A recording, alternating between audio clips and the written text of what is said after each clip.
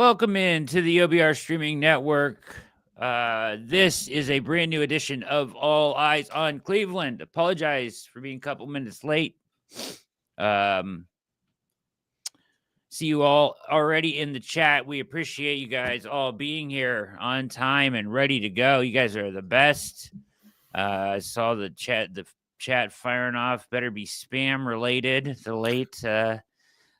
lateness. 64 days. Yeah, brother, you're losing that bet. You Oh know no, that, I'm right? not. I'm not. I got receipts. We're good. You got receipts from who? Daniel Jeremiah. Uh, We good. Don't worry. oh, so all right. Well, hold on. Anyways, this show is called All Eyes on Cleveland. We want you to hop on in, hit like, and subscribe. Both me and Case a little under the weather tonight, so bear with us. We're both kind of fighting. I'm fighting off a head cold, chest cold thing. Not feeling great. Neither's Case Dog. So, but we're here. And the man next to me is Casey Kinnamon at Casey_Kinnamon. What's going on? Living the dream, brother. Living the dream. What is going on, Big Case Dog? You know, just no, I'm ducking some of the cold weather you guys are dealing with. But down here, it was snowmageddon because there was a light dusting on the ground. So the people were all off the road and wrecked. But no, man, it's silly season. We got 64 days to speculate, so looking to get into it. It is silly season, and I mean, dude, the winter won't stop. We had 5 days last year that were like negative, right? I'm in Cuyahoga Falls, Akron, Ohio, Northeast Ohio. I'm sure many people are that watch the show. And it's like freezing like 5 days. Not bad. Very mild winter. This winter won't stop. It won't quit, Case. I am tired of getting up to feels like -7 snow on my car every morning. I'm tired of it, man. And it's getting to my throat. And it's just all bad, man. It's all bad. My wife was too. She was tired of it, and that's what brought us down here. So seasonal depression is a real thing, man. It gets like it is so gray around here. Like it's just like Northeast Ohio this time of year. It is the worst, man. February, late January, it's just gray. No sun, it's gray. All you see is the ice is dirty and filthy. The snow is gray. The sky is gray. It's like a colorless life. I mean, it's brutal, dude. You get 10 minutes of the sun. I don't miss it, man. We're past that stage down here to where it'll be cold, but it'll at least be sunny. You know, so that by itself. World's Fastest says football seasonal depression. Yeah, man, it's just I hate it. Yeah, thanks, stupid groundhog. I agree, Jennifer. Winter in general is depressing, Ray. But yeah, I mean, I just can't. I can't deal with it when it's just give me some sun. Just give me a little sun, man. Yeah, you guys got to get to like mid-March. I bought these Christmas lights this year, not knowing that they were solar powered. I think they lit up for 3 seconds all winter long because there's no sunlight. Yeah. There's no sunlight. You can't buy solar powered lights around here. They won't work because there's no sun from December till February. Anyways, I'll stop bitching. Make sure you check out the yeah, thank you, Rick. I will be hitting the Vicks later tonight. The Vicks Vapor Rub does a nice job. It gets all up in your head. Yeah, it opens everything up. I like I'll take like hot water with honey, put some lemon in it, a touch of cayenne pepper. I want to revisit your. Okay, so let's just talk about. So right off the top of the show, this show, first of all, the title of this show tonight, I like that, the vinegar. That's good. I think I have to do something tonight, but the there's a lot out there right now. I mean, we are in prime silly season. We call the show like 3 weeks ago silly season. We are in prime silly season right now. There's news. People are getting quoted left and right. A lot of it to do with the Browns. The stuff with Nick Chubb and the Steelers nonsense. Did you The hear all Bears that is what today? I saw today. Huh? Nick Chubb and the Bears is what I saw today. Where's this coming from, though? I don't know. Someone cited the fact that he works out in the offseason with Swift. And, I don't care. No, I don't. Look, man, you know me. I The ain't whole worried about smoke Steelers thing screens. came from the Steelers radio network. This one did? Yeah. I mean, come on, man. Just because they talked about it on the air, now people think it's like a real thing. That's the silly season. It's just. Well, that's what happened when Garrett went on his little media thing. Because he said it, everyone feels like we have to trade him now. It's like that's not how any of this works. Yeah.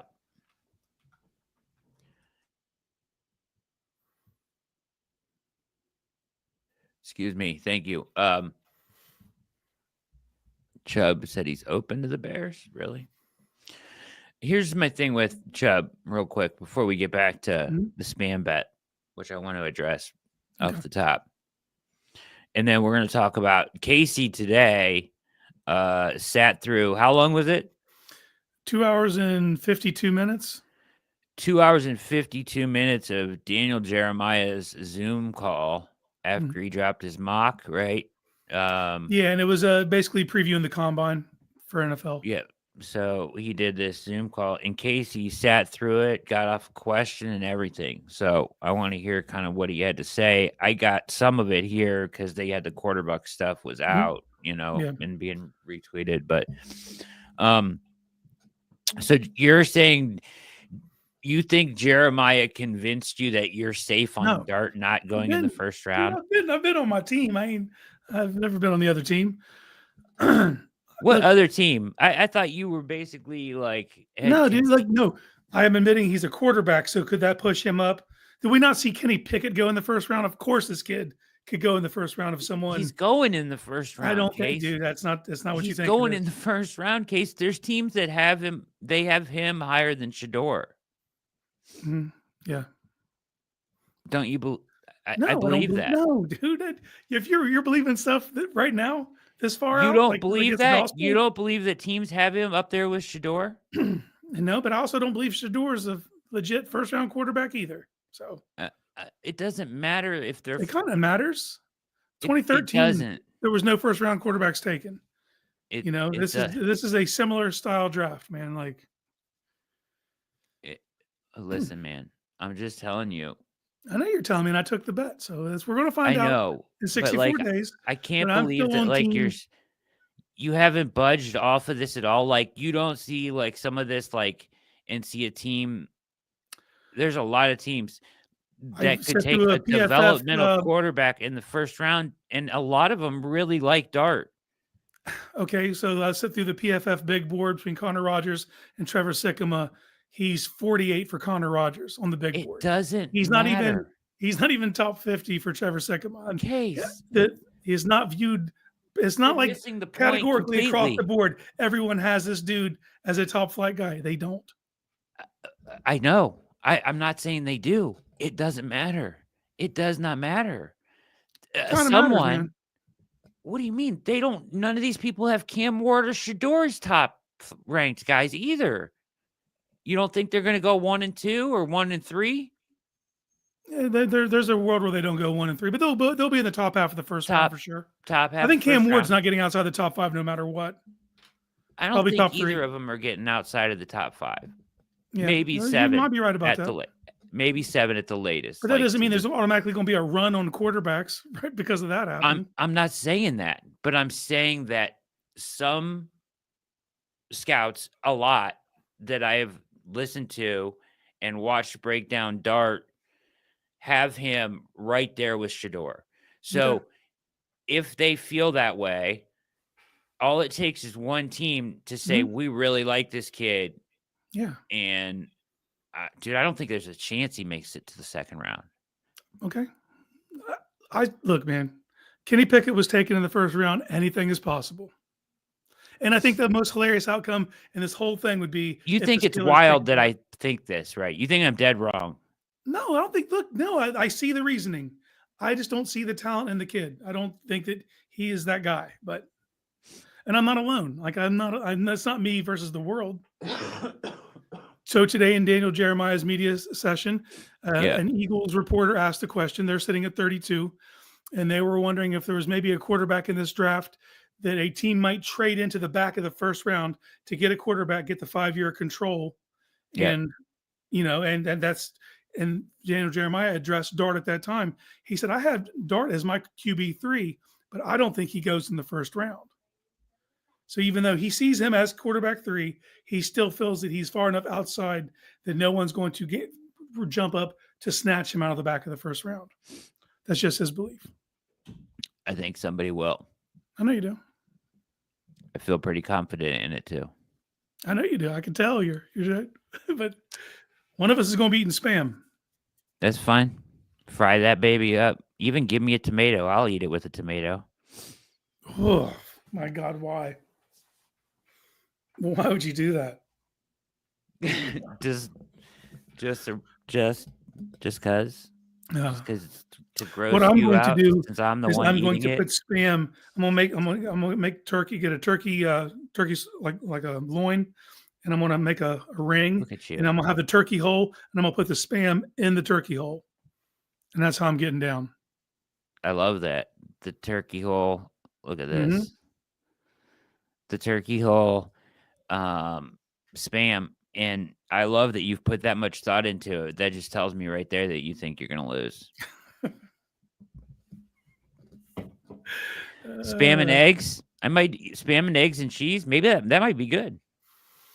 I did get some blueberry hot sauce this last week for my birthday, and I could throw some of that on there. That might help. Has anybody in the chat ever seen the show? Well, God, I think it's on HBO. So I wanted to talk about Zagura today. I haven't listened to Bounce Daily in a while, right? And so I listened yesterday and today. I listened to Zagura, and Bo. Dude, he is all in on quarterback. Did you actually heard him talk football? Yep.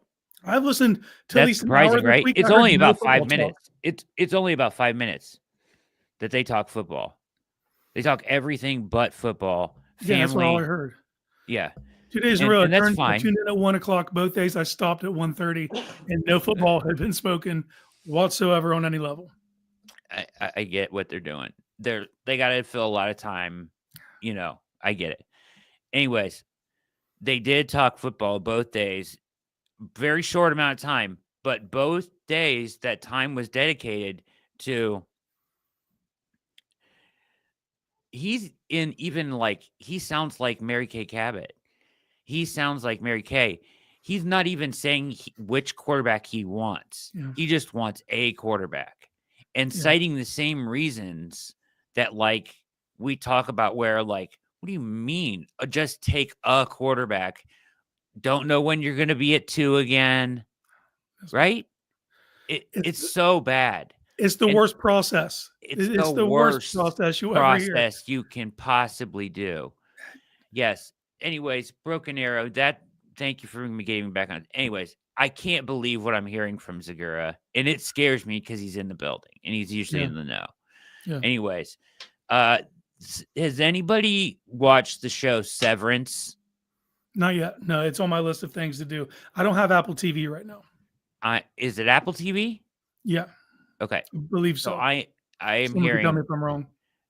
I've listened to Zagura gush about this show, and usually the shows he likes are shows that I like because you know what I mean. So I may have to dive in. Severance rules, says Jason. Yeah. So Someone confirm, is that Apple TV? Apple TV for Severance. I think I you're right. believe that's true. I believe you're right. I thought it was HBO, but I may be right. Oh, Philly Hopefully says it is, because I amazing have show. HBO Max or whatever it's called. Jason, all my people are saying do it. I might have. Yeah, it is Apple. Thank you, Jason. Other Jason, 2 Jasons tonight. Yeah, I guess I might have to do that, man. I might have to dive into that show. Everybody loving it up here. So I heard it's a. I like that stuff. It makes you think like that. Mhm. But I don't know. So I don't even really know what it's about, to be honest. I kind of do, but like I Yeah. don't know where you would go from there that is making it this good. But like apparently it's yeah, there it is again. It's a great watch. Everybody loves it. So Yeah, I like Adam Scott. I know that Ben yeah. Stiller is I believe was one of the creators and executive producer. I don't know if he directs or not, but Old man says they did have a trial offer. I had Apple TV and I watched Ted Lasso, and then I canceled. I couldn't get through more than 2 seasons of Ted Lasso. It So got I too like corny Lasso. for me. It was something me and my wife could watch together. But then as soon as I canceled it, my dude told me, he's like, "Hey, you got to watch Shrinked with what's his last name? It's got Harrison Ford in it, but it's got What show? it's called Shrink or Shrinked. Shrinking. It's about it's like a psychologist who's Did you like it? not again. I just canceled when he told me about it, so I was like, okay, maybe I'll get it back just to watch that. Then I heard Severance, so I'm gonna have to jump back on it. We're almost to the point where I can grab stuff. Actually, right now I'm rewatching Justified. That's what I've done this week. Dude, okay, so another thing from that, you're Sequel, rewatching Justified, yeah, and Boyd Crowder, buddy, my guy, yeah, um, Walton Goggins. Goggins is in the newest season of White Lotus on That's what I HBO. heard. I heard Bo talking about that Browns Daily, and he was very. He was they're upset because he plays like, He's not the life of it. you're used to seeing him play Baby Billy in Yeah. that goofy show, the Rhine, Yeah. what is it? The Righteous Gemstones. Righteous Gemstones, yeah. Yeah, he plays Baby Billy, and then Bad Monkey was good. I watched that because I'm a massive Vince Vaughn fan.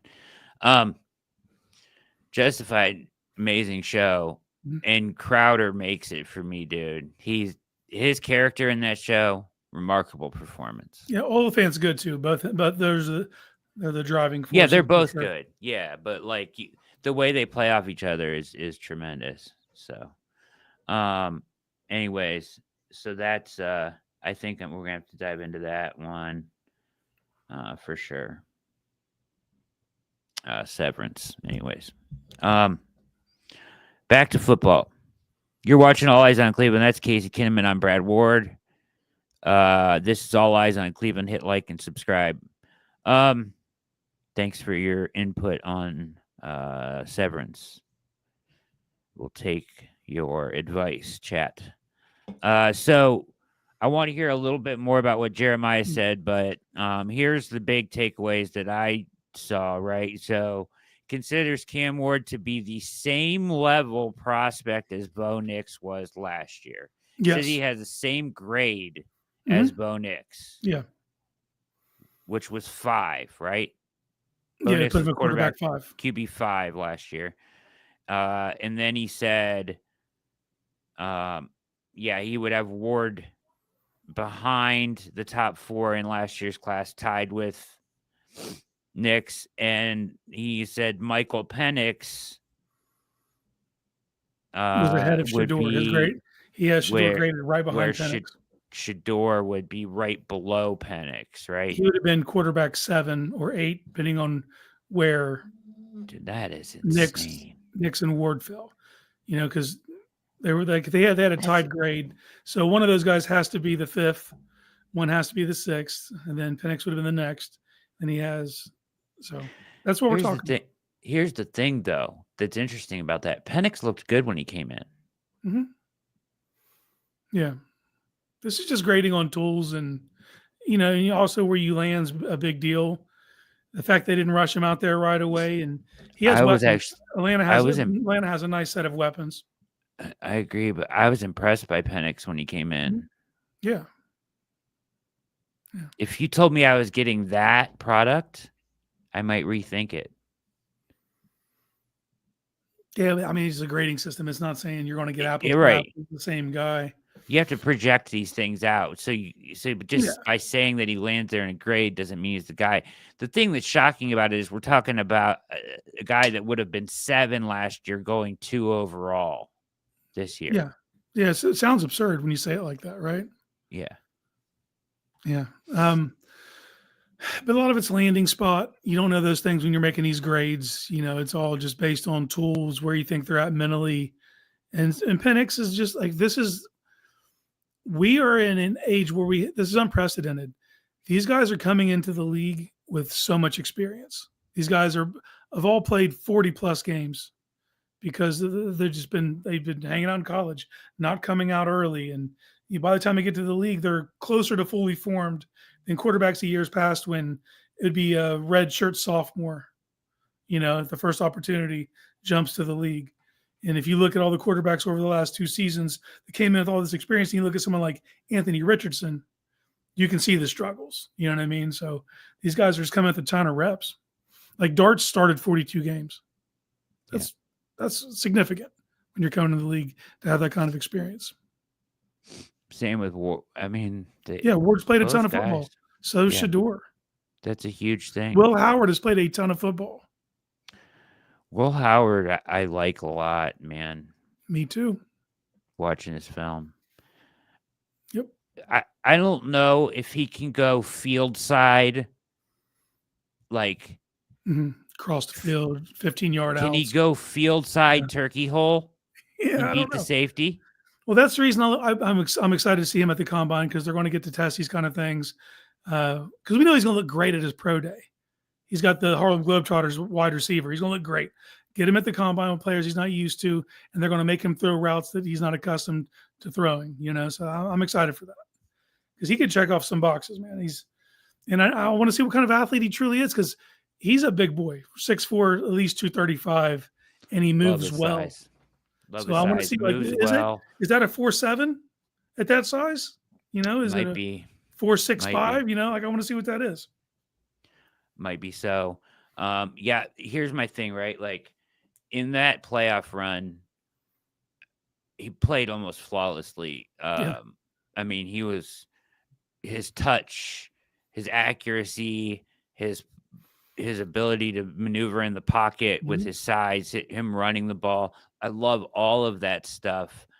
And then you go back and watch the season, and you see it in spurts. It just wasn't consistent, and it's building up. It's getting better and better. And boy, it hit it right at the right time for them. But he's also a tremendous leader from everything that you watch on him. And I think that I like him a ton. I haven't seen him be able to. He's never put on tape for me. I'm not saying he can't do it, but I do think he has. I don't think he has a plus arm. If anything, he has an average arm. Yeah. Like, I haven't seen him go. There's no piss missiles on tape. From the far hash, literally. Yeah. I want to see him go far hash to the turkey hole and beat the safety in. Yeah. And I don't know if he can do that. But that's a throw you have to have in the NFL. Yeah, I mean, if you want to have you want to be able to access all parts of the field, threaten every blade of grass, all that stuff. You know what I mean? So this is really accurate right here from Philly. That is where he thrives. What also impressed me the most during that playoff run was his pre-snap to post-snap recognition, understanding leverage when he knew when he was going to get single high, and he can manipulate coverage with his eyes and take shots strategically. So there's a ton to like there, and you got to like the price, because you're like, okay, end of the third round, beginning of the fourth, I guess maybe. Now he might play himself. Well, before the playoff run, this kid is 7th or 6th round, right? And then the stock just keeps moving up. But You think his arm is good enough? I haven't seen him do that. There's nowhere in the. I think I've probably watched. I watched all the playoff games, but I think I've watched like the cut ups of every throw he makes in for 4 games, Mhm. right? And I'm yet to see him make that throw that says, "Oh, he's got that in his bag. I don't need to. I don't need to worry about him going Yeah. from the far hash to the field side and not getting it there." It seems like guys are waiting a beat on that pass. Yeah. That's So, accurate. right? And it's Like, also look who he's I playing mean, he with. can access He's it, not having to take chances like that either, so. right? And there's ways to combat that. Like, if you know that your quarterback doesn't have that arm, you roll him to that side, you You cut boot him off half out. the field. Yeah, you just You, cut off half the field. you, And yeah. yeah. So you can combat that. It's not that you can't work around it. It's just that you want to know. I think if you're going to take a guy, you know, whatever, like you've seen Cam make those throws. I've seen Shador make that throw. Yeah. Yeah, you have. And But I haven't. I don't think Shador has a plus arm either. I think he's got I don't a think it's a. but his is you could definitely say like he can make all the NFL throws. Some are stronger than others. Yeah, He doesn't have zip on some of those. Cam his is the one you look at where like every blade of grass is accessible. he has a plus arm. Yeah, he has Yes. a plus arm. He can. Yeah, he's throwing piss missiles. Yeah, no, Shador has to have his Shador's feet not doing under him that. and proper setups to make those throws, whereas Cam could be rolling out of bed. We broke down the some Shador film on the React and watched Bankert's breakdown on him. And I thought Bankert nailed it on Shador. Like he can be a good quarterback, but like he's not showing you anything. And he does a lot of really good things, and he has a lot of polish because of like the coaching he's had. You can tell he's played a lot of football, right? Yeah. And he does a good job of like trying to do the right fundamental thing. Like he stays in the pocket and he tries to work back in, and he takes some bad sacks at times, and he makes some bad interceptions. That interception in Nebraska that he threw was ridiculous. Yeah, head scratcher. Yeah, but he's not a guy that I think like elevates you to like he's not going to elevate your franchise. No, he could be a point guard. Like that's like best case scenario is that he's a point guard style quarterback. And that's the thing is like you have the second pick in the draft. You can't take a guy that's not gonna be the guy. Like I think he can't be down the road, but like when you're spending the second overall pick on a player, and you're saying we got to nurse him along to get him to that second contract, that's tough, man. That's tough. Yeah, you gotta love him. You gotta love him it too. And I can't love him. I like him. I don't love him. And I can't take him at 2, not when Carter might be there. That's where I'm at. Yeah. Well, so in Daniel Jeremiah's latest mock draft, which is mock draft 2.0, and it needs to be noted, Daniel Jeremiah does his mocks with his ears, what he's hearing around the league. He does his big board rankings with his eyes and stuff, but he had the Browns going Cam Ward at 2. So it means he's hearing that they're considering a quarterback at the top of the draft, and he just happens to have Ward ranked over Sanders. So that's the reason he went in that direction with the quarterback. But when he was asked about it, so Nate Ulrich asked Who do you have the Titans taking? Who do you have the Titans taking? Abdul Carter. At 1? Yeah. Yeah. He didn't have any trades in his mocks either. Okay. This is a stick and pick mock. But he had the reason he had Cam over Shador because Nate Ulrich asked him today why he went that direction. And he was like, he used to scout for the Ravens, Jeremiah did. And he said, in this division, he's like, you need tougher. You need, just the physical tools that Cam brings was enough to shift the balance for him. But he said he would rather chase on the upside of someone you believe has a very high ceiling than settle for the floor of a player. And that's just how he sees those two particular prospects. He sees the ceiling with Cam, acknowledges there is a low floor there, but he would rather take shot at 2 overall. If you're going to swing big as opposed for settling for what could end up being mediocre. Yeah. That's dead on, man.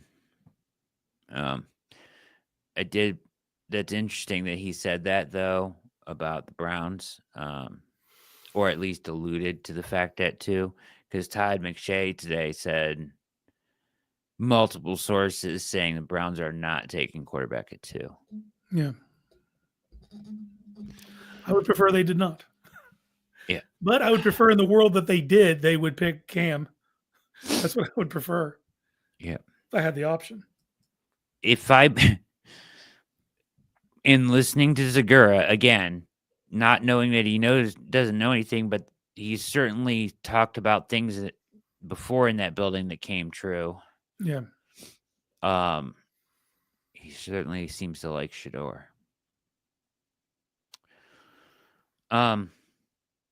Salary cap is going to jump from 22 to 26 million. Case. Yep. Massive increase from 255 million that teams worked under in 24. It's 6 million higher potentially than what Over the Cap had their best experts project. So yeah, that's huge for the Browns. Yeah, they need it. They know all the, and they still need to make some maneuvers to get cap compliant. But there's so much irresponsible reporting out there nationally. Like I've listened to several people this week. The Browns are projected 31 over the cap, and they're going to have to cut these players. And some people were even off their rocker saying, well, that's why they got to trade Myles Garrett. And it's like, it does the opposite. It does the exact opposite of what you're saying. We lose 36 million if we trade Myles Garrett. It's like they haven't been paying attention. The Browns, this is the third year in a row where you go to the offseason and they're projected over. And by the time we get halfway through the year, they have the most or second most rollover money of any franchise. Yep. I'll tell you guys this. If you panic, if Jack Duffin panics, if Jack's not panicking, you're cool. You know what I mean? So that needs to be your gauge. So I wouldn't worry about that. Getting that extra salary cap, that could be the difference of someone, because you have to understand, like, players that are still in their rookie contract, but are seeing big increases this year in their salary, like Martin Emerson or Alex Wright, just due to playing time bonuses. That increase actually made them expendable. It's like, oh, we could actually save money by getting rid of these players, but by getting that little wiggle room, maybe you don't have to move off those. That'd be huge in the grand scheme of things. 3 guys got the escalator too. Wright, Emerson, and Ford, I believe. Yeah. Yeah. So all good points, good stuff. I agree. If Jack's not panicking, you're fine, right? Like, and he's not panicked. I think that free agency is not far away. So we will know soon enough, right? Yeah, and even before that, though, we're going to find out about the insurance settlement thing and how much that affects our cap. That'll happen in early March before we even get to that. So that might even provide even more relief. I think that's for 26, though, right? I'm not sure. If Jack said it's for 26, it's for 26. I know we find out in March. Okay. Is it find out for the 25 year? That's what I don't know. I'm not crystal on that. I'm wondering if they get any for the 24 year. Hell, he missed time in both 24 and 23. Yeah. So, well, it sounds like this insurance policy was just taken out this past year. So, okay. Yeah, I think it's 25 for 26 and so on. When asked about Myles Garrett, Diana Rossini, senior NFL insider for The Athletic, said that the Browns have received calls from the NFC and AFC over the past few weeks during her appearance on the Rich Eisen show earlier today. I expect that to pick up actually over the next week or two, knowing that Garrett's agent is going to be at the combine talking to teams. she wondered out loud at one point if the Browns would handle it similarly to the way the Houston Texans did when they traded away Deshaun Watson. They auctioned off Watson by getting everyone's best and final offers. The most interesting thing to note is that she said the Browns would have told everyone that the Browns have told everyone that they aren't trading Garrett, with one added caveat, quote unquote, for now. This is wild. She also said that the Browns were going out of their way to make it known, excuse me, that they weren't going to trade him. So she heard secondhand. So she heard from somebody secondhand that the Browns told them they weren't trading him for now and ran with that as part of an interview. Yep, sure did. Is that real? Do we think that's responsible? No. Do we think that's a responsible reporting? That's insane. Yeah, it's completely insane. It's insane, and I've talked about it. You don't even know if they said for now. There is so much irresponsible reporting going on surrounding this that it's mind-boggling, man. I don't know what to tell you. It's, let's look at the Browns cannot afford to trade him and compete in 2025. Full stop.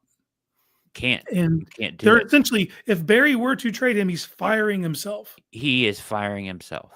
Well, there's no incentive for these guys to do this, man. They can't give in. No. And like you said, we're going to find out real quick because March 12th is going to get here. The league year is going to open up. And when they're active in free agency, that should put everything to bed right there. Unless they think that they can go post June 1st and navigate it, there's no way. They owe him a $5 million bonus on the 15th of March. And then I think June 18th or 15th, another $15 million roster bonus. Right. So they'd have to thread that needle to get him traded after the first one, obviously to get to June 1st. But then you got to thread that needle to get him off the team before the next one's due. They can both agree to push back the 5. They could. Till after June 1st. I'm the Browns. I don't want to do that. I want to pay your 5. Right. But if they do that, so maybe they think they can do that. I don't see it happening because once again, why would you do that? Like ultimately, if you were going to trade him, you're better off him just sitting out. Like if he threatened to sit out, you will have more spending power and ability to field a better roster in 2025 by letting him sit out. Yes. Than trading him because you are handcuffing yourself completely. Like you said, you're basically firing yourself. Yeah. If you're Barry. Yeah, no one's talking about that. Everyone's trying to finagle ways to get him on Detroit or Buffalo. You can't talk about Garrett being traded without talking about the financial aspect of it. Yeah. So you want to talk about it like it's in a vacuum and you just get the assets for it and move on. No. It's debilitating. It's pulling the final card in a house of cards. Exactly. That collapses. The whole house of cards comes down, and you got to trade Denzel and Jack Conklin. It's and over. Dalvin, You're and you start looking at what you have to get rid of just to compete if you lose that one player because of the negative 36 hit. It's crazy. You're watching All Eyes on Cleveland.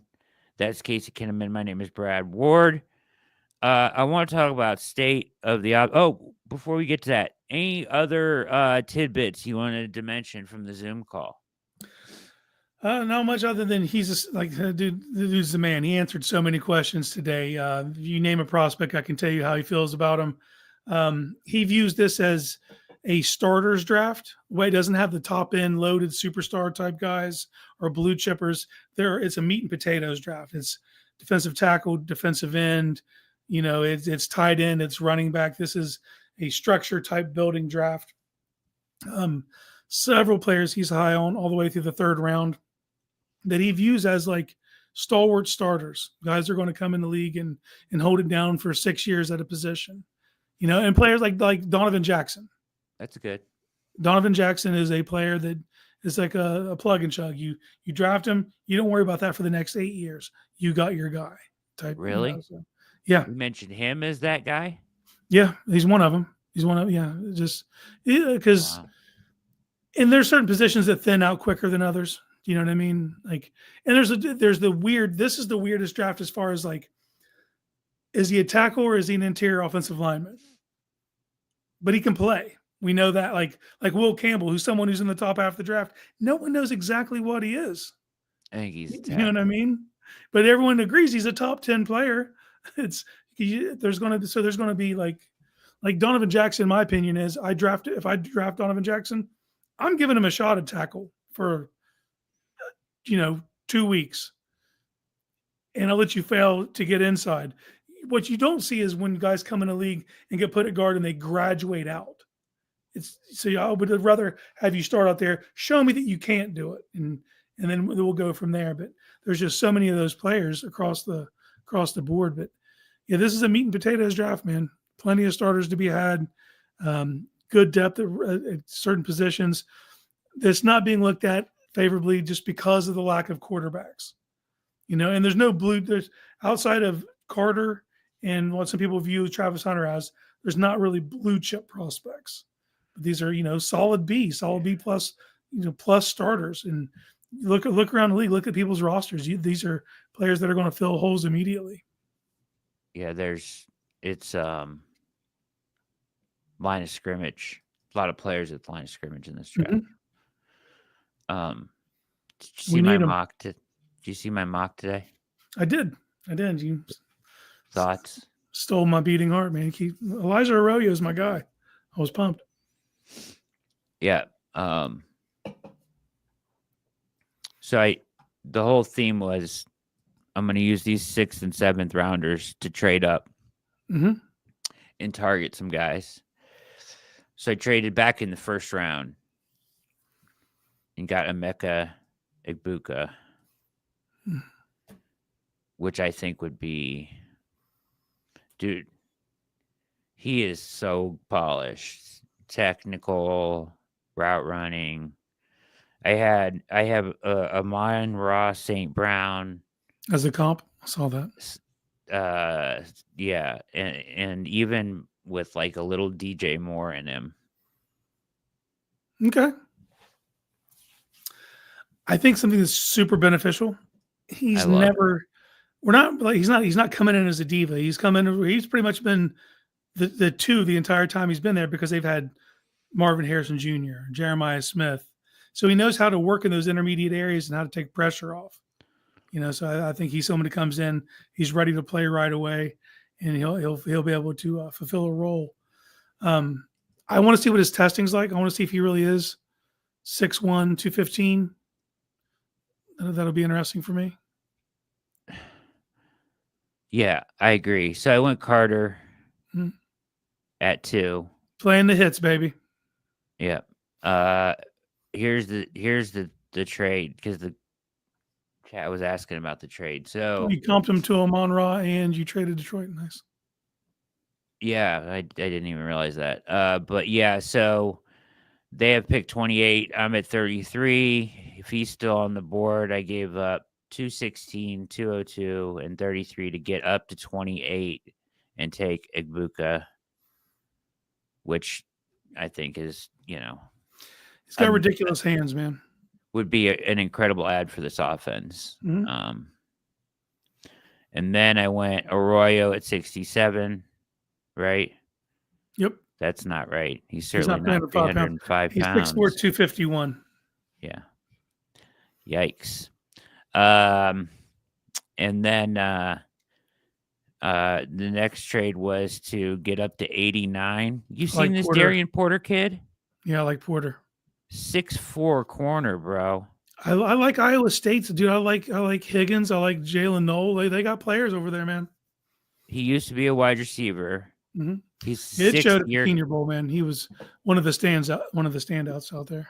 Yeah, he's a 6th-year guy, but has played corner for 3. Had like 3 picks. He's blocked like 4 kicks. 6'4" corner. That's unheard of. Look at his wingspan. projected 40 time 438. So I gave Well up play. 194 and 94 to get to 89 to take him because I love him. And there he is. And then Barrett Carter. Mm-hmm. This is kind of a like if JOK's really hurt type pick right here. Kind of fits that mold. I don't think he'll really be this late in the draft. And then I gave up 165, 217, and 257 to get to 144 and 82. Mm-hmm. 182. So I could take This is the Fairchild. first pick. I do not know this player that well. You don't. No, I really haven't good watched pass. offensive Really, line tape. yeah, really good pass protection. Not so good in the run game. But 21, he's still 21 years old. And just needs an NFL weight room and some You can't coaching. quit Jordan James. It's your boy, isn't I it? can't. I even mentioned Can't it down quit him. here. It's the only player I've drafted twice in my mocks Yeah. is Jordan James. He's special. I can't stop taking him in mocks. He's always there late, and I love him. And I like this guy. And then I moved back from after moving up. I gave up 182 to move back to 185 and 213 and take Tootin. I believe it's Bayshaw Tootin. Dude, he's a kick returner too. He can do Dude, he's multiple things. nice. I'm a big fan of his game. He's nice, dude.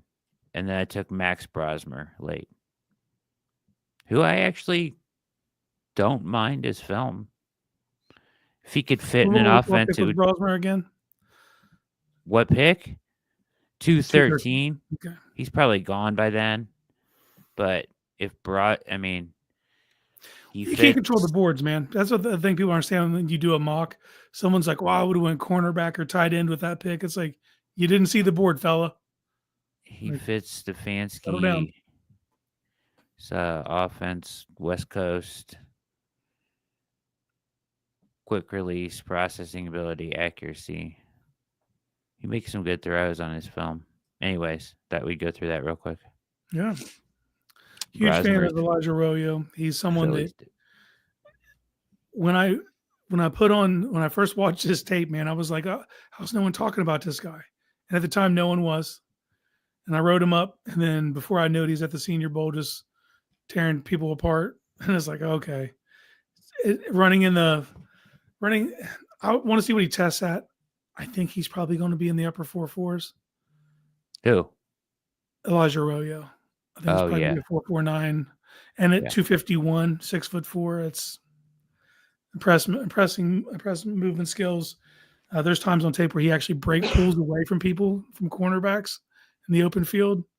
Tunnel screens. I could just see a world where he thrives. Dude, he would be so filthy as the Browns' second guy. Yep.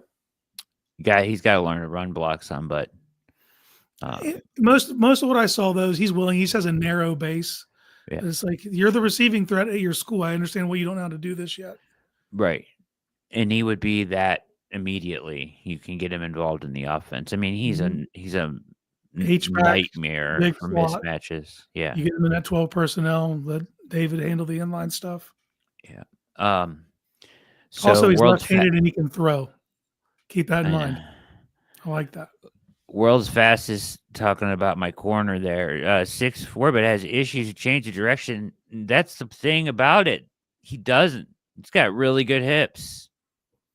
Got really good hips for a guy that long. And, I thought he was really good, change of direction, and good in space. So we can agree to disagree on that. All right. The offseason, coming out of a 3-14 season, Casey. Mm-hmm. Watson re-injures his Achilles, so mercifully don't need to worry about that, right? Appreciate that, big dog. Barry talked at the Senior Bowl.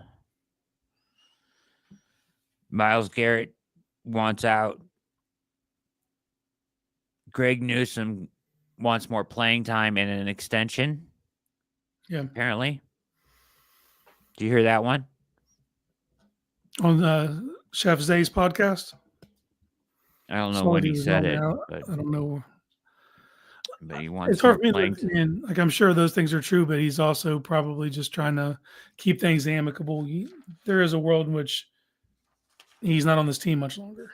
I don't think he is. Well, I would be looking to move him. Mm-hmm. I don't want to pay third. It depends. The thing about him is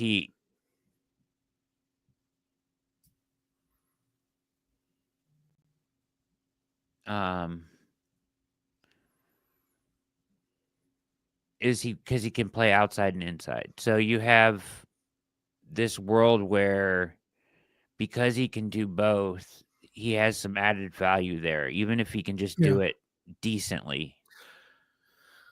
And we can't pretend that Denzel Ward doesn't miss games every year. That's what I'm saying. Yeah. And Can't until pretend you that's not have been somebody that can do that better than him on the outside, it's hard to just say, "Oh, the $13 million, it's overpaying him for sure." But like when you know that Ward is going to miss games and we don't know what's up with Emerson, it's kind of hard to move him. I wouldn't fight it if they did trade him. No. But And here's the thing is we're like 13 million. But if a team views him as a starting outside corner, which I believe he would be for many teams, that's not that bad of a value.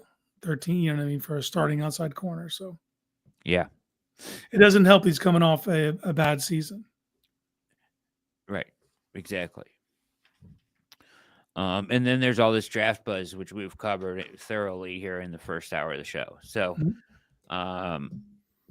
that's where you're at. So, I mean, so far in this off season, it's been a rocky road. Yeah. We didn't see the Garrett thing coming, right? Yeah. No, not at all. The Watson thing was a little bit of a gift because at least it's out of sight, out of mind, right? So here we are 7 days before the combine where the wheeling and dealing will certainly start happening behind closed doors for free agency, which is not far off of that. The league year is what, in March 12th, 4 p.m. less than a month. Yep. 3 weeks. So we will know based on what the Browns spend, how they spend. I mean, if they're spending like they want to contend, they're not trading Garrett. Yeah. And it should be noted, we're going to have boots on the ground in Indianapolis. Fred will be there. Noah will be there. So keep it locked. We'll have updates for you guys as they happen. But that's where it happens every year. Yeah. And it happens. A lot of it happens in bars. You'll hear a lot of conversations between scouts or front office members. So there's going to be a lot of noise.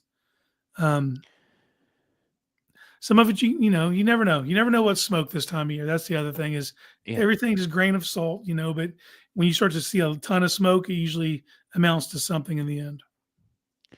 Yeah. There'll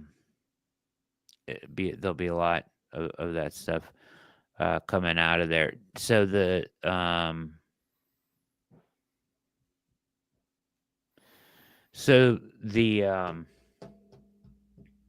coming out of that and going into free agency, I mean, basically, what has to go right?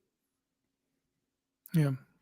What can be problematic for this group as they go to combine, free agency, draft, rookie minicamp, mandatory, and so on? What are we, Garrett, right? Yeah. Keeping the house of cards intact so that you can financially operate is like. But there's nobody's going to come in there with a crowbar and make you give this deal. Nope. He can try to make it as uncomfortable as he wants, but nobody can make you do this deal. Yeah. And the whole time their stance needs to be, no, but we'll extend you. No, but we'll extend you. And if you don't want to make that move, see at training camp, big guy, you're under contract for 2 years. We only need to talk about the control on the other end of that. Josh, let me ask you a question. It's a real question, Josh. Who do you still want on this team? Almost. I'm seeing you getting rid of Newsom and Njoku in the chat. Who do you want on this team? Truth.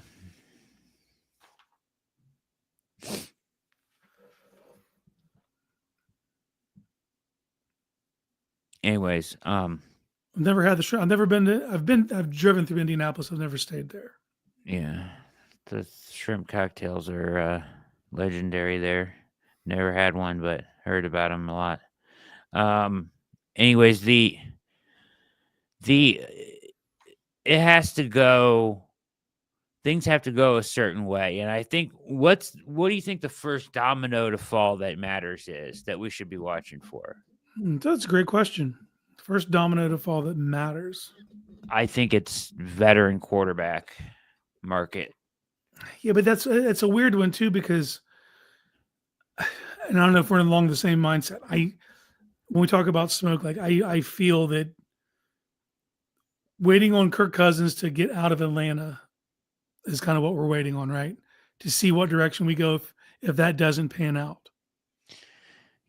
Yeah. So that's the first thing we're waiting on is Kirk Cousins to force his way out of Atlanta. Yeah.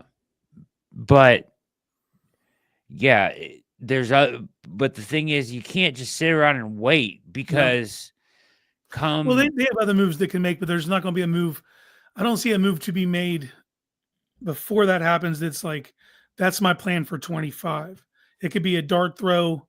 It could be just getting guys in the building. It could be, Here's the list, though. As of right now, who you would consider available or possibly tradable for. I threw Matt Stafford on here. I don't think that's real. I don't think he's coming to Cleveland. It's a pipe dream, but I'm just throwing it in there. Well, the reality is there's a $49 million dead cap on Stafford. Yes. That if they trade him, it's 45. If they wait till after June 1st, it's 22. Yeah. So there's a world, but by June 1st, you better have your plans already in place. That's what I'm saying. You can't wait and bank on that. And he's not the same thing you can't do with Cousins.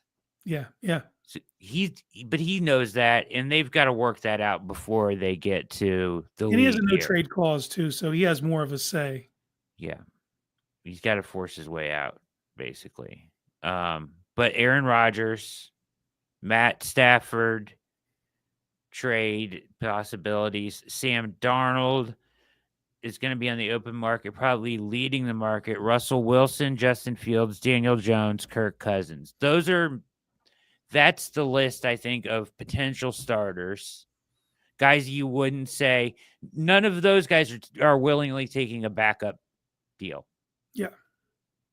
Right? Yeah, the league has to tell them they're backups. They're not going to do it on their own. They're not going to take it on their own. They think they're starters. Maybe Fields would take a backup. Maybe, yeah.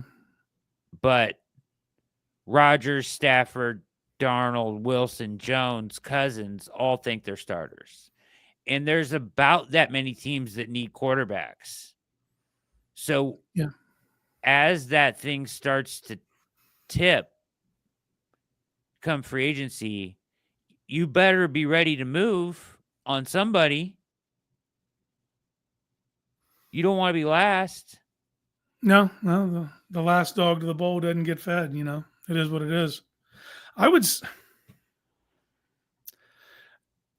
What happens in Minnesota is going to change some things for some teams. Because there needs to be a decision made there. And it could go a myriad of different ways. There's a world in which both Darnold and Danny Dimes end up on the open market, or that one of those guys gets retained, but not the other. God damn it! I'm gonna say it. You give me all those names, and you give me Jameis Winston in a fucking running game. Oh.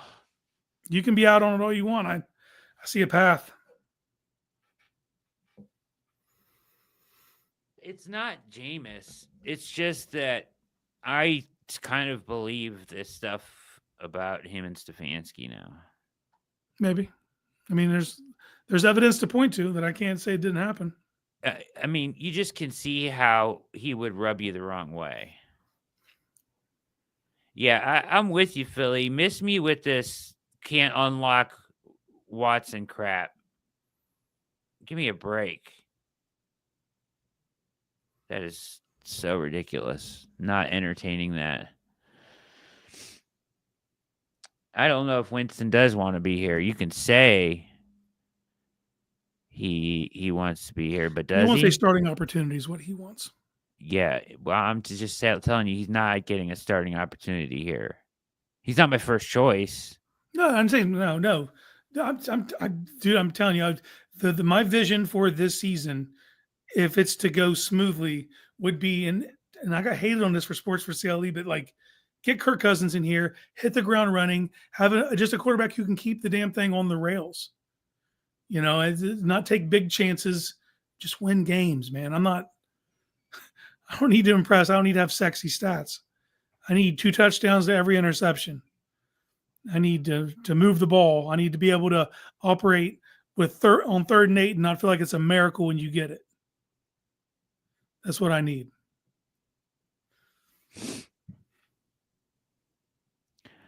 I hate that the Browns went 3-14, but I also hate all the crap that Stefanski gets for the season. Yeah.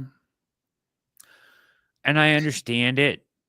And I understand it. But like, dude's a good football coach, man. Get out of his way and let him coach. Yeah. Well, and then he needs to have the biggest say as far as who they go after too. Like 100%. who can you work with? Who can you win with? Who do you see as an actual fit instead of trying to force someone on him? No, you guys are Jai, you're not even a Browns fan, so I don't even know what you're talking about. But yeah,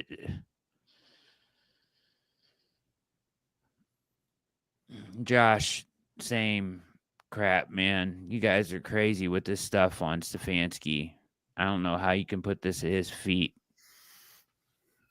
Here's the thing, man. Like 3-14 does this to people. 3-14 puts you right back in your Browns fan PTSD, and you don't remember the year before when they won 11 games. All of a sudden, you just people view this, and this nationwide this is a three win roster, which that's ridiculous.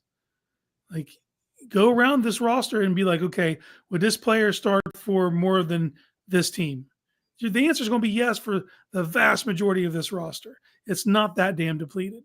You have some things you need to retool, some things you need to shape up, but that happens every season to every team unless you won the whole thing. Like this isn't a 3-win team. I would be willing to bet right now that this team finishes with closer to their 23-win total than they do their 24-win total. Yeah. That's just, but people, I get it, man. You win 3 games, you get better, and all of a sudden people are bums to you.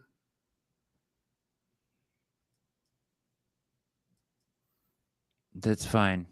You can feel that way about Dennis Allen. I'm just telling you, and you can feel that way about Stefanski. I just think you're wrong.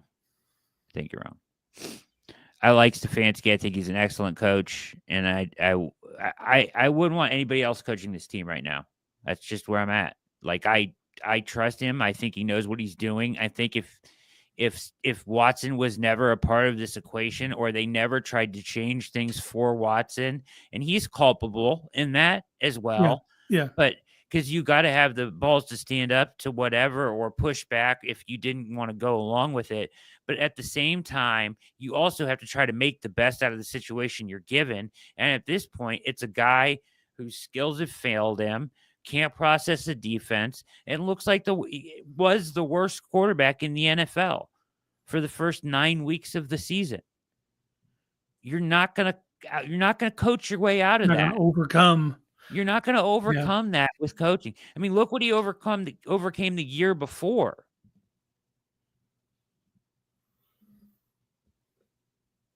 No, I would not have swapped him for Vrabel. And I like Vrabel. I like Vrabel a lot. You know what I mean? I like Vrabel a lot. Vrabel's from my hometown, from Cuyahoga Falls, homegrown.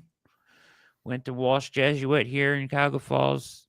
Saw him play high school football and basketball. Love Rabel, but I'm not switching Stefanski out for anybody. I don't even know how we got down this. I was just trying to have Phillies back in the chat there, because yeah, you can miss me with that shit. Aaron Rodgers, Matt Stafford, Sam Darnold, Russell Wilson, Justin Fields, Daniel Jones, Kirk Cousins. I think we all kind of think that Cousins is like The makes the clearest most. path, probably. And he's cheap, dude. Like we can't we can't ignore the fact that the Watson shit didn't work, but it created a hole because you owe that money to that position. So it's like you just can't keep doubling down and using the rest of your salary cap on that one position. So if you can get a cost effective option, you have to do that to be able to compete at the other spots of your roster that need reinforcements. So Kirk Cousins does that for you. So like the thing that worries me, what could go wrong? Yeah, that's a great point, Aaron. What if Kirk doesn't want to come here? Yeah, no, that's been my whole thing is we assume just because they worked together in the past, but what And if they he didn't have won a his good only working playoff relationship? game with him. You know what I mean? Maybe he has no interest in finishing his career with that. I Maybe he doesn't agree. want comfortability. Maybe he just doesn't want to come to Cleveland. Maybe his wife doesn't want to come to Cleveland. There's a lot of things that could happen in that send that a different way. Yeah. Daniel Jones? I'm still waiting for someone to tell me what Daniel Jones does right that they're pumped about. I see a lot of people giving him love. I'll wait though. I'll wait. I know he can run. I mean, he can run and he can make the. I think if you simplify things, you can. I think Stefanski could get decent play out of him. He doesn't have he has a good arm. He has. You just think he's got Still waiting awful. for That's people to it. tell me what he does right, man. And we haven't seen him in that style system either, so I don't really know. But there's a lot of smoke going with him. It's been that way ever since he left New York. I mean, Kevin O'Connell brought him in. Yeah, but we didn't even get to see him in that. Like, what did that look like? Right. And I still think that there's a very real world where they hold on to him and then they let Darnold walk. I do too. The reports are out there that Darnold's walking. Yeah, they're the only real viable option I see for them because you have to find out what you have in JJ at some point. So you kind of got to get that guy. But I can see tagging him and trying to trade him because they have the money to do so. They're in a good spot salary cap wise. Potentially, but as I wrote and reported at the OBR on Tuesday, in franchise tag window opens the latest on names that impact the Browns under Kirk or under Sam Darnold. Reports from ESPN's Kevin Seifert indicate that Darnold is prepared to enter free agency this offseason. Seifert's report states that the Vikings seem more likely to let Darnold sign elsewhere and preserve their franchise tag for Byron Murphy Jr. Quote, using the tag on Sam Darnold would be an expensive way of ensuring his return while avoiding a long-term commitment that would hinder J.J. McCarthy's eventual ascension, Seifert continued. It could also be a way to elicit additional value by way of trade, as you just said, but that would require a knowledge that multiple teams would be willing to bid. Yep. By not using the tag on Darnold, the Vikings would most likely use it on Byron Murphy Jr., who they need time to work out a long-term deal with, age 27, and they would like to keep him off the market. I mean, it basically says here, I think I missed it, but in one of the quotes from Seifert, it basically says they plan to let him see the open market. So in that world, who do you see as the leading bidder for the services of one Sam Darnold? I don't know. Somebody will. Yeah. I mean, a lot of people think it's going to 40. I'm not convinced it'll get that high. His market. Yeah. I'm Well, saying he's got one thing 30. going for him. This isn't a banging quarterback draft class. Yeah. He's got that going for him, you know. I mean, what teams are we talking about that need quarterbacks? Jets, Giants, Pittsburgh Steelers. Pittsburgh, Las Vegas, Minnesota, question mark. LA, Rams, question mark. Yeah. He has a real possibility if they move off of Stafford. Yeah, if they move off of Stafford, they could just turn around and sign the Titans. Thank you, Philly. They could turn around and sign Darnold. Mm-hmm. Or who I forget who was saying it, but Schefter was saying that Rodgers would be happy to step into a job in LA. Of course he would, but I don't think LA would want him. I don't want him. For someone who claims to be like this, like he's the least self-aware person. Like I can't. There's a circus that comes with him now. It's. If you tell me I could have Aaron Rodgers at the very twilight of his career and there was no circus, I would take it.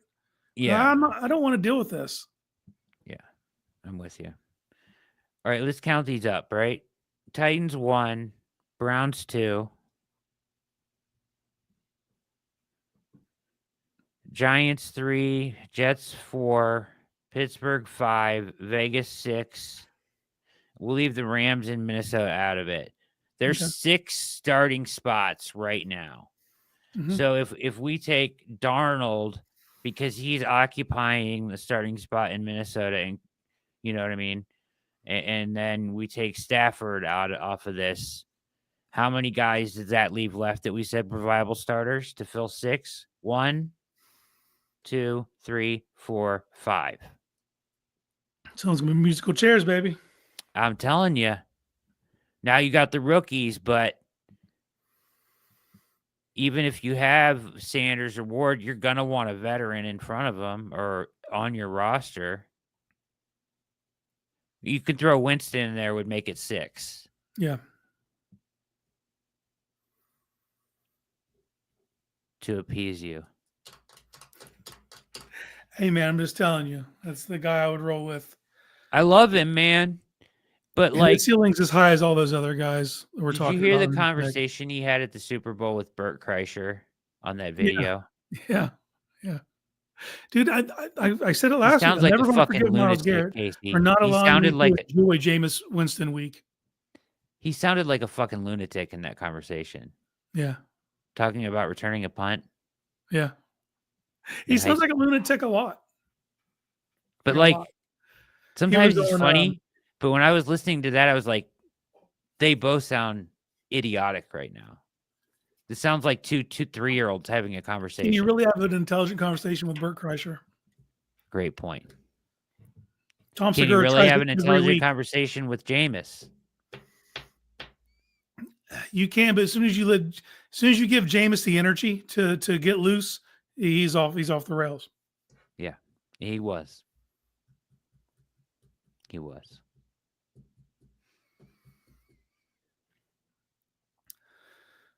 Okay, here's the problem. Russell Wilson's not a fit for me, stylistically. No. For what Stefanski wants to do. And he's a huge douchebag. I don't want him in the locker room. Just stay away from Russ. Yeah. You've made that I clear. have major issues with Russ. Yeah, you made it clear to me. Fields is still kind of a moldable piece. I don't see him as a direct fit, but I wouldn't be mad if you brought him in at all.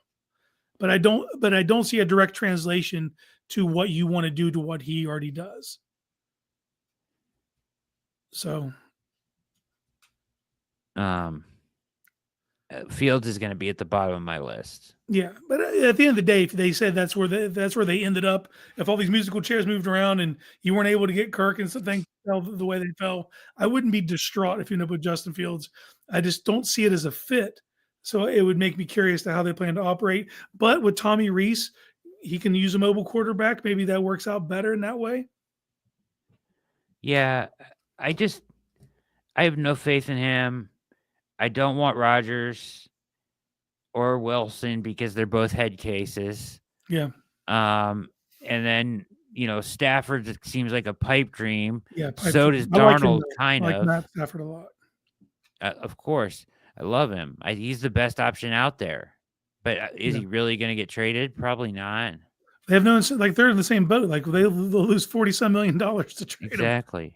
Like, why would they probably try to extend him and kick that down the road? Is Sam Darnold realistic? I don't feel maybe. But we're not in a feels position like a to pay pipe anyone dream. that kind of bag right now. Right.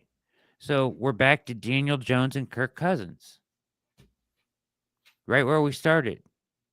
Yeah, well, Kirk's my final answer. Kirk is my answer. But if he says no, then what? J-Mo? I'd rather bring in. I think you could bring in Winston and Daniel Jones and let them battle it out. Okay. Oh boy, that'll be interesting. That'd be interesting. But we're still drafting a guy. This isn't the class to draft a guy and plug and play. Yeah, and listen, nobody's going to listen to me, but Cooper Rush could take this team to 11 wins. Absolutely, Rocky. Cooper Rush is the man, but they won't go that route. And Philly's right. Mine's still Malik Willis. I still think Malik Willis is give me Malik Willis. Yeah, I will listen to that all day. I believe that is an option. Will they trade him? What do they want for him? They drafted Sean Clifford to be the backup. He just got hurt, and that's the reason they had to scramble and get Willis. So Clifford's still on the roster, so hopefully he progresses to the level that they were expecting, and then make him expendable. And good, man. Take one of my 4th-round picks. Cool. Aaron Pierce saying McCorkle. Can't do McCorkle. Jones. I can't do it. I can't do McCorkle. And Will Levis. Tell me what he does. I'm with you, Josh. I'll listen to Joe Milton. I'll listen to him in the room. It'd be interesting to see, though, what their asking price for Milton would be. It's got to be like a 5, right, or 6. I don't know. I don't know what their value. What they, I don't know how they value him. That's my question. They got Drake May, dude. They're not going to play this kid.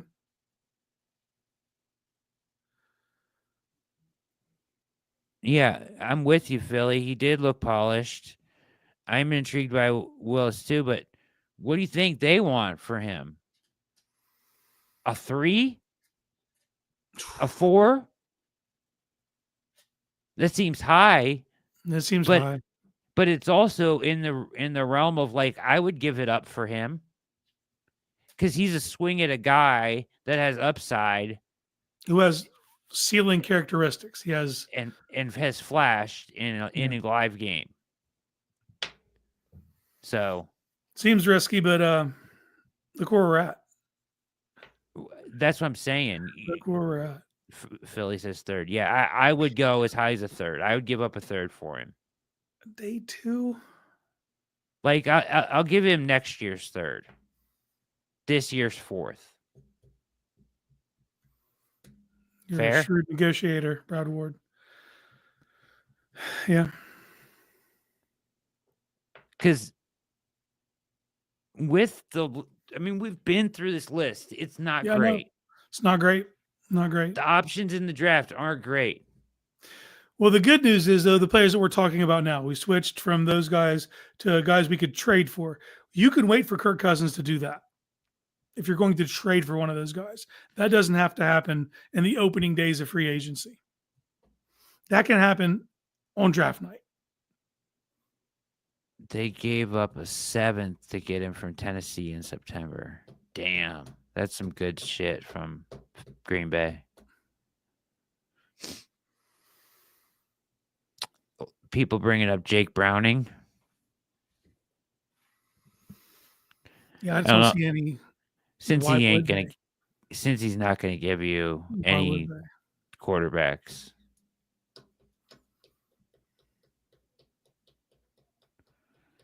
2025 7. Yeah, so if they flipped that and they got a fourth from us, and moved up 3 spots to rent that dude for a year, that's a That's come a up. huge win. It's a It's come up. massive. Your GM looks like a genius. Yeah, it's Do massive. it. Do it. What if you went out and it said, let's just have a festival of, let's just run a full-blown mini camp is just going to be quarterback reclamation project 2025. And you just bring in all the reclamation 4 or projects in the 5 world. dudes, man. Battle Royale. Give me Willis. Give me sign me up for Milton. Get him in here. And then we're gonna sign Zach Wilson off the street. Trey Lance. We're gonna bring him in. Drew Lock. Bring him in here. McCorkle. Bring him in. Easton Stick. He can come in. Okay, now you went too far. You can't Kyle bring Trask. Kenny Pickett. Peterman. We can't go that far. Bring Baby Hands in. Baby Hands, Jesus Big Christ. Dreams. No, Bring him in. He can't try out, but he can't try out. He can carry the water. He can carry the water. I'm sorry. He drops the water one time. He's out of here. His hands are too small. I'm sorry, Kenny. Your hands are too small to carry the water. You have to leave.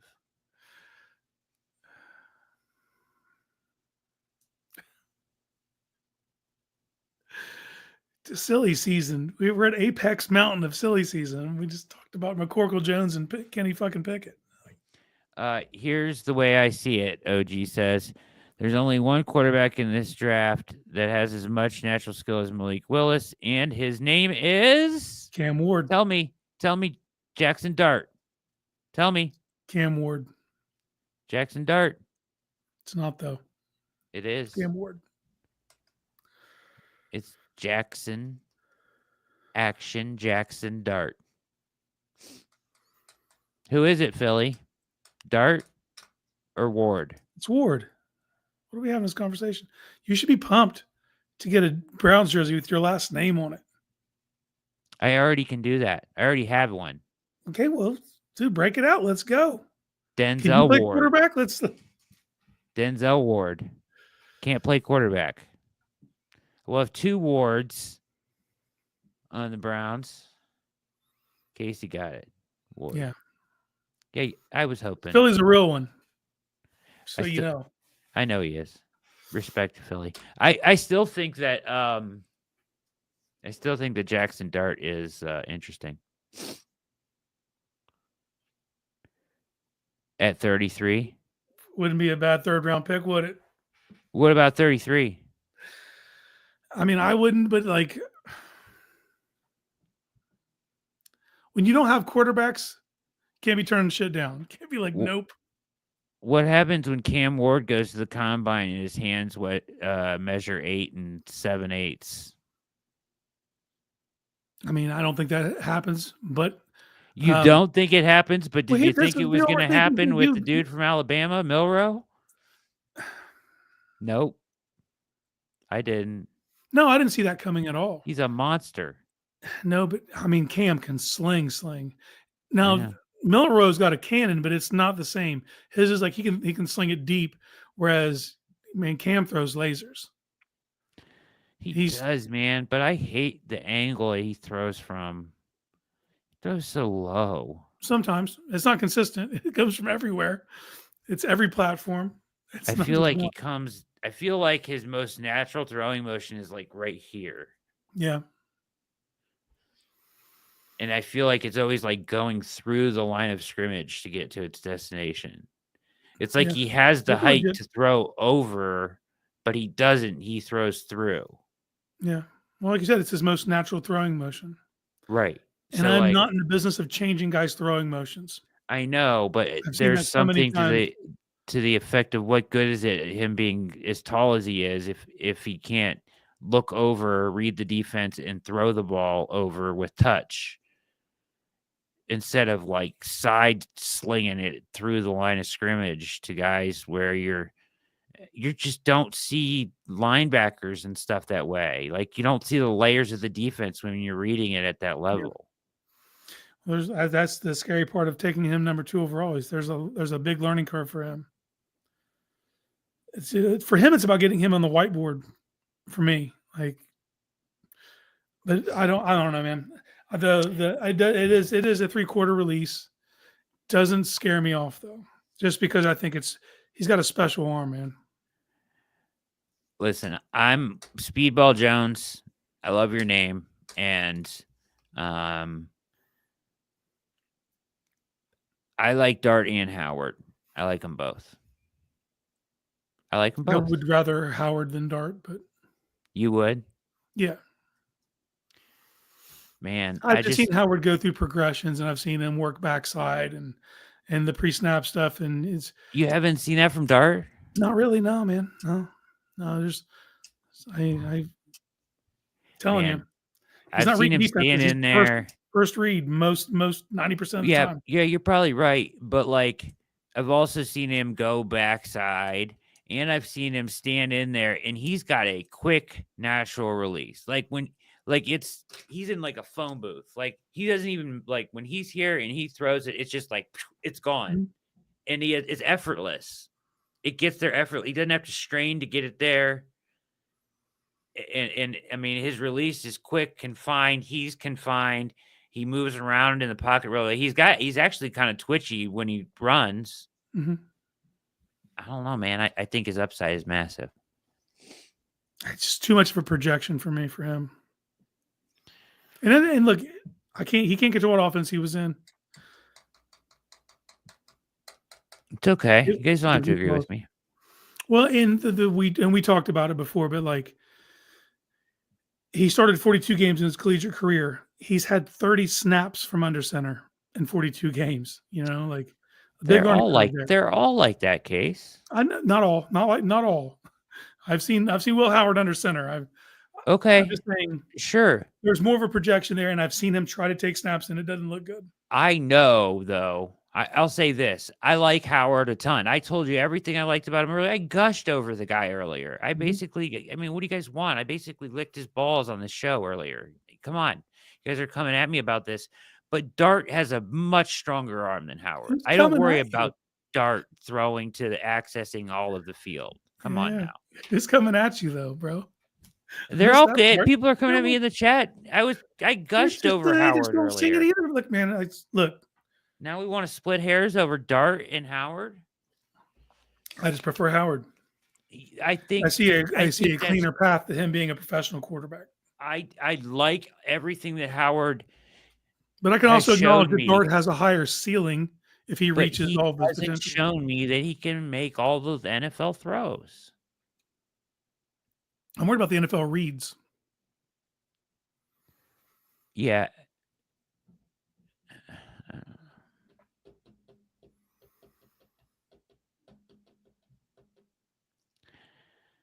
I think that these are things like Dart and Howard. Like Howard in his offense, in his element, he looked great. Layering the ball in, touch. He did go through he goes through his progression. You see all that stuff against some of the best defenses in the country, and that's what makes that so intriguing. However, once again, you don't see him sitting back and ripping one into the turkey hole and beating a safety to the field side. It doesn't exist on his film. Yeah. So he's either got to show that at the combine or you have to work around it. Mm-hmm. You're saying you'd rather work around it. Yeah. Yeah. Okay. Then Jackson But here's Dart. the thing. Just because Dart hasn't shown you, he didn't have to go through his progressions in that offense. They had guys running butt naked for days in Kiffin's offense, right? Mm-hmm. Guys wide open all over the place. Just because he didn't have to go through, it's the same thing. Maybe it's not all in the film. It doesn't mean he can't do it. If he gets on the whiteboard and he's like, boom, boom, boom, boom, boom, and then it doesn't mean he can't go through progressions. You've seen guys come out in college before that haven't had to go through the progressions they're going to have to go through in the NFL, and they develop. Yeah. No? No, dude. It's all a projection. You're getting angry projection. Again. Calmer than you are, dude. Calmer than you are. Yeah. It's all a projection. Yeah. For me, there's just more of a projection with that player than the other player. Sure. But what you just said there, Philly, I can find every single player in this draft. I can find a nightmare game or a nightmare series or a There are a nightmare few moment on darts. for There are a few. everyone. Yeah. There's a few for everybody. Yeah. What are you talking about? I can find a nightmare for every person in every draft that's ever been drafted. Maybe not. But you know what in this class for sure. Yeah. Yeah. No, We've seen Howard look nightmarish. Mm-hmm. Have we not? Yeah. When he first got, and Chip didn't give him the full offense at first either. You could tell like he couldn't. It took Chip a while to get comfortable with Will to really, we saw at the end of the season, thank God, but there were times where it didn't look good. I've seen Ward look nightmarish, make terrible decisions. Yeah, no, throw that variance is there. And I've seen Shador look just as bad. See, me and Pete just watched him throw a dime with pressure coming in on a free blitzer, throw a dime in the bucket to a guy at the 5-yard line, and then take 3 straight sacks to take a field goal. 4th and 45. Yeah, at the 45-yard line. Yep, that's the thing that happened. I watched him float that ball out to the flat against Nebraska, and the linebacker walk into the end zone. Yep. They all got nightmare moments. But what you're specifically speaking on is when the scheme wasn't working for him and he wasn't forced to make tight window. And he was forced to make tight window throws. Sure. I mean, I've seen him make tight window throws. I don't know. I believe in the kid. I like him. I like his release. I think it's quick. I don't think he has to strain to throw the ball far anywhere. I think he can access anywhere in the field easily, and I think it translates to the NFL well. So if he can pick up the scheme like Stefanski's, where you start by cutting the field in half, whatever you have to do with the kid. Yeah, roll him out, bootlegs. He's got the arm, and to me, the accuracy to do it. There are just as many bad moments that you're talking about, Philly. There are moments that really excite me about who he could be as a player. Yeah. I think there are better fits for him than Cleveland for sure. You think there are better fits for Cleveland? Better fits for Dart than Cleveland. Because of the under center, turning your back to a defense, play action, rolling out, throwing on. Like, I think he'd be better in a system where he's not having to do all that. And those systems exist. That's not hard, though. What? Turning your back to a defense when you've never done it? Buddy, that's one of the hardest things any of these quarterbacks will have to do coming out of college. We talk about Cam. Cam played in Texas in high school where they play spread. And then he proceeded to play for 3 colleges where they're all doing the same thing. Like, his learning curve in the NFL is going to be wild because of that. That is a hard thing to do, man, if you've not been done it your whole life.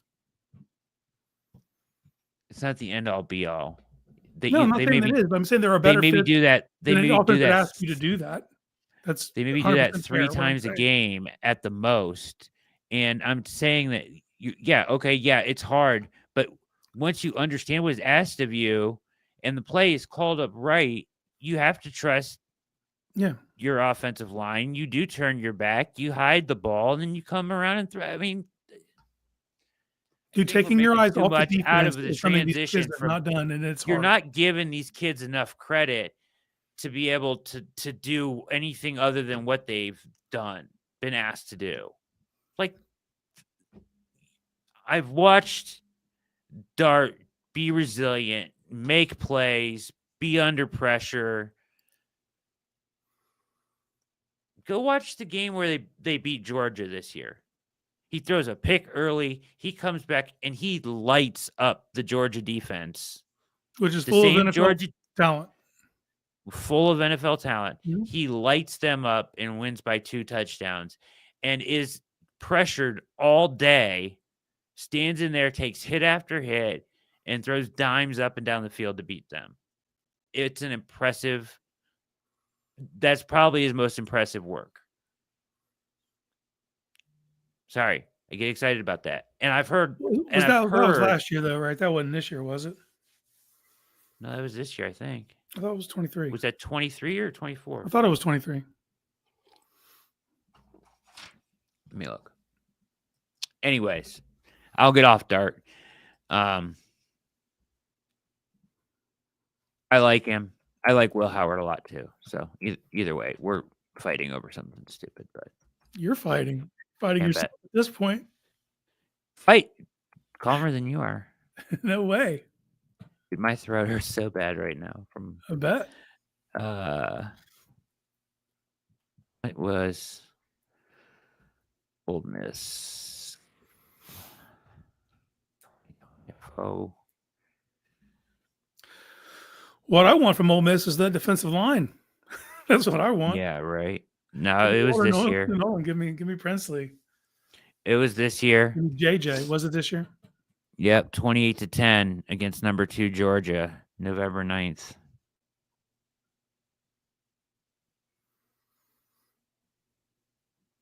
Yeah, that LSU tape is bad. Hung 63 on Arkansas. Florida was a rough one too, I believe. Huh? I think Florida was a rough one. One of the tapes I saw, and I don't know if it was last year or this year. But no, you're right. They lost. They all have, to Florida. I mean, they all have those games, man. Yeah. It's rough. Let me see what they took us down the other night, or else I'd throw up some tape right now. But where they take you off of? Did the React get flagged? Yeah, we got taken down. Thank you, Central Dog. I didn't have to look it up. I just had to look at you. Yeah, that kid from Ole Miss, JJ, Princely, Walter Nolan, like, give me all of them. Their corner's too old, or I'd be on him. But like Trey Harris, like they got players, man. Lane's doing his thing. Yeah. They took us down the other night for watching film for too long. I think you can watch it for like 5 minutes or something. But we watched Banker's video, and then we threw on another game of Shador, and we were just watching. And I thought you could do that with, I guess, because it was like it's a cut up. So that's why I was surprised. Yeah, that is surprising. I get not showing just the flat out just TV copy as is. Yeah, but it's the I sent you that link with all the cut ups, right? For every player in the draft, basically. Yeah. Just pulled the cut up from there on a game and threw it up here. So,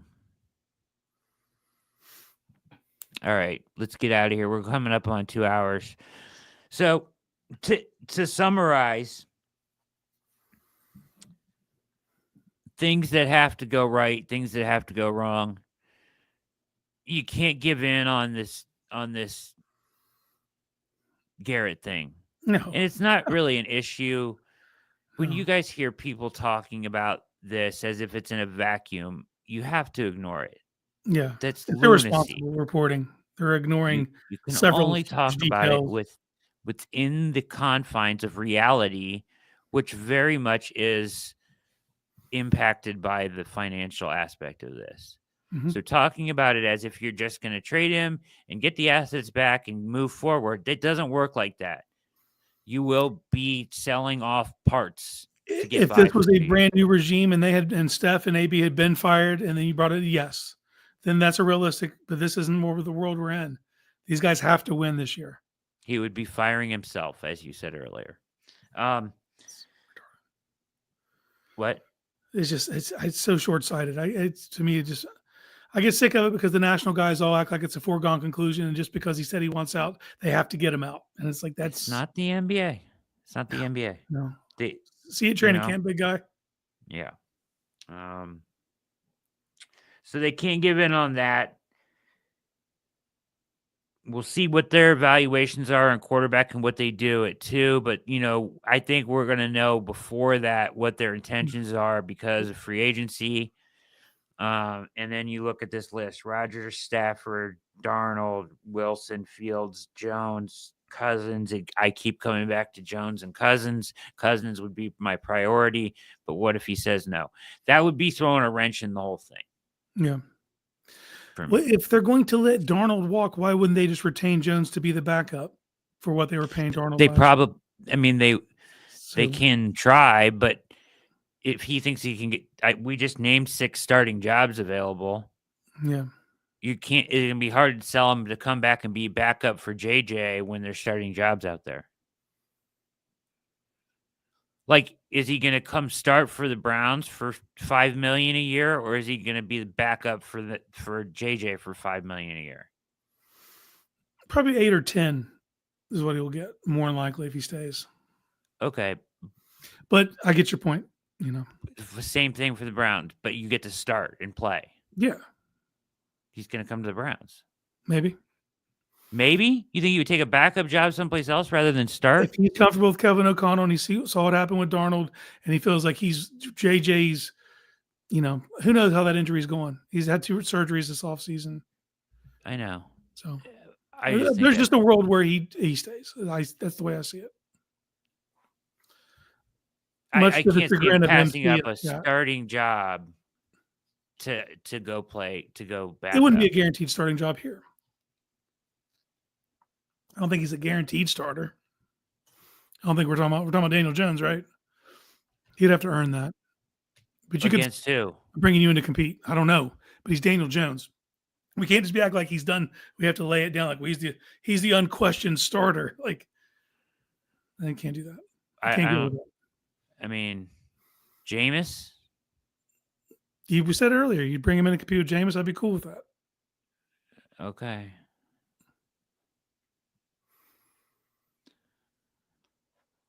I like Jameis as a person. I saw that show. You saw that show in the worst offense imaginable, dude. In the worst, I can't. And I'm not going to let the besmirchment go on. We wouldn't even know what we had in Jerry Jeudy had Jameis not done what he done. Yeah, I appreciate Jameis, and he did turn around, and he won 2 games, and it was fun. But in the end, he turned back into a pumpkin. In that offense, yeah, he did. You can't ask a dude to throw 50 times a game. You're not going to ask Daniel Jones to throw 50 times a game, right? I know. The plan's still the plan. Run wide zone, play action. I know. You're right. I'm being ridiculous. But, okay, this isn't fair. I'm going to say it. It's not fair, but I'm going to say it. He's too goofy for me. Yeah, I get it. No, I get that. Like we said, man, when you're winning, that stuff's funny, but when you're losing, it feels clownish. It's like, I get that. I've almost lost respect for the seriousness at which he's going to take the game. Where he's saying, "Dear Lord, take these pick sixes away from me after the game." I get it. I get it, man. It's too goofy for me at this point. You got to treat the job more seriously than that. You're going to trade that for Daniel Jones' uninterested face and everything that he does, where he looks like Daniel Jones has won a playoff game, my friend. He's won a playoff game. I mean, it has to be Cousins or trade for Willis. Or these conversations will continue. It better be Cousins. We're going to be talking about James versus Jones. Yeah. No, James, he can play. And I would give him another shot. It's hard for me to think that through an entire season he can command the respect of the locker room and the coaching staff's what I'm worried about. I'm not worried about the locker room. The locker room loves Jameis. The staff, the coaching staff, yes, yeah, you got that. You just got too goofy on me. Yeah. And I don't think Kevin likes it. It's all dumb at that point. But the locker room loves that dude. Yeah, I know Chef about Cousins' last games, but he was definitely hurt, and he looked much different before that. So, yeah, Peyton loves him. I know. I'm aware. I'm sure everybody loves him. That's not what I'm saying. I mean, what's not to love about Jameis? He's hilarious. He's great. He's entertaining. He's amazing. But do I want him to be my starting quarterback? Maybe. I'm living in a world where they're going to implement the wide zone back. They're going to keep out of third and a million. They're going to be able to play. He's going to be able to turn his back, play 50-50 and take shots. I like that. I like what he can do in that system. Is this spam right here? What is this? I'm not seeing anything. Cheap viewers on stream. Boo.com. Remove this.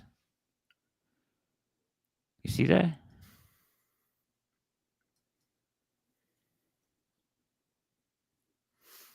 Boot it. Get it out of here. We don't need it. It's spam. All right. In Stefanski's middle school offense, all of these QBs will fail 3 and 14. Love that, Jeremy. Great comment at the end of the show. All right. It's time for us to get out of here. Thank you guys for watching. All eyes on Cleveland. We did where we stand at this point. Yeah, Jameis could work if the run game's there. And if you really reel him in. Just keep him under 32 attempts a game. You know, can have an occasional shootout, but for the most part. But what have we learned in the last hour and 50 minutes? Not a lot of great options in the draft or free agency. I mean, there's 6 teams that need starting quarterbacks, and there's not a ton of great options out there. Facts. Yep. Yeah. We all like different guys. We like different combinations of guys. They'll get there, but it's going to be interesting. And there's some pitfalls and landmines in there they're going to have to avoid along the way. Core Home Fitness and Spam for the win. All right, you guys rock. Have a wonderful evening. Make sure you get over to the OBR.com. Check out our mock draft daily over there. There's a new mock every day. When did your day, Case? Saturday morning mock. I got you. Saturday. Check out Casey's mock. You can check out mine if you missed it on the show earlier, because I took time to just highlight it here on the show. Probably shouldn't have done that. Now I think we should put up a graphic of who gets what day. Jacob on Mondays. You know what I mean? Run the list down. Yep. We got shows every night on Twitch and youtube.com/Orange and Brown Report. Make sure you hit like and subscribe. Have a wonderful evening. Go USA in hockey.